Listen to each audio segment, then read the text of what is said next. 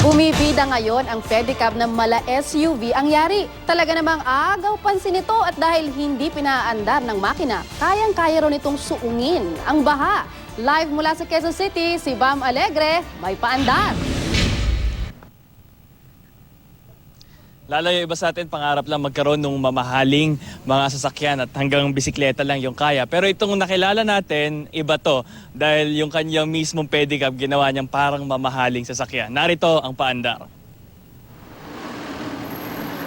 Ang ganito kaastig na sports utility vehicle, kinaiingitan sa kalsada. Nililingon ng mga natatraffic na driver. Pero kakaiba ang kalidad ng sasakyang ito dahil pinaandar ito hindi ng makina, kundi ng pagpapadyak. Isa kasi itong pedicab na pinangalan ng Goliath. Hobby at proyekto ito ng artist na si Nilo Dormido. Kaya niya yung baha. Actually, ilang beses na lumusong sa baha yan. Tapos, ilang beses na nakapeke ng mga kasunod namin sasakyan niya. Kasi kami, dire-diretso, sila na stranded na sa gitna. Kasi kalahati ng sasakyan yung nilulusong namin eh. Ginagamit lang daw nila ito na pang-service sa kanyang mga anak pero sumasaya siya na maraming naaaliw tuwing nakikita ang kanyang SUV pedicab. Bakal ang pang-ilalim nito at ang frame, pinaghalong aluminum at polycarbonate. Nilagyan niya rin ito ng sounds at ilaw.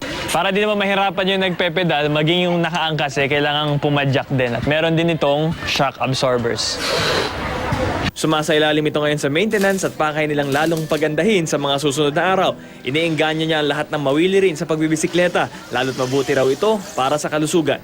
Nawala yung tiyan ko. Nung ginawa siya, bumalik yung tiyan ko eh. Nung ginagawa ulit siya. So lalo nung tinanong natin si Nilo kung saan niya napulot yung inspirasyon na to, napanaginipan lang daw niya ito. Balik sa'yo.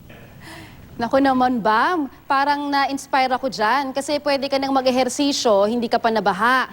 Pero kailangan may tulong ka, no? Kapag mas marami kayo nakasakay dun sa kanyang mala SUV na pedicab, kailangan siguro dalawa. Hanggang dalawa lang ba? Pwede bang hanggang tatlo kung lalo na kung mabigat ang sakay, Bam?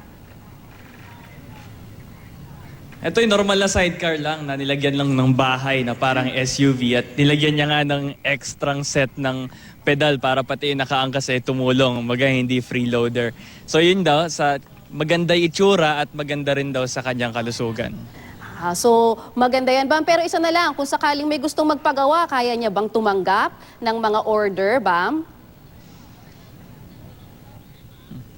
So medyo napagastos daw siya rito dahil personal niyang project at maging yung asawa niya raw nagsiselos dito. So baka hindi siya ganun ka-viable kung gagawin para sa lahat. Pero kung custom-made, tumatanggap naman sila dahil gumagawa sila ng props yung kanyang mga grupo. Talagang trabaho nila gumawa ng ganitong mga set pieces.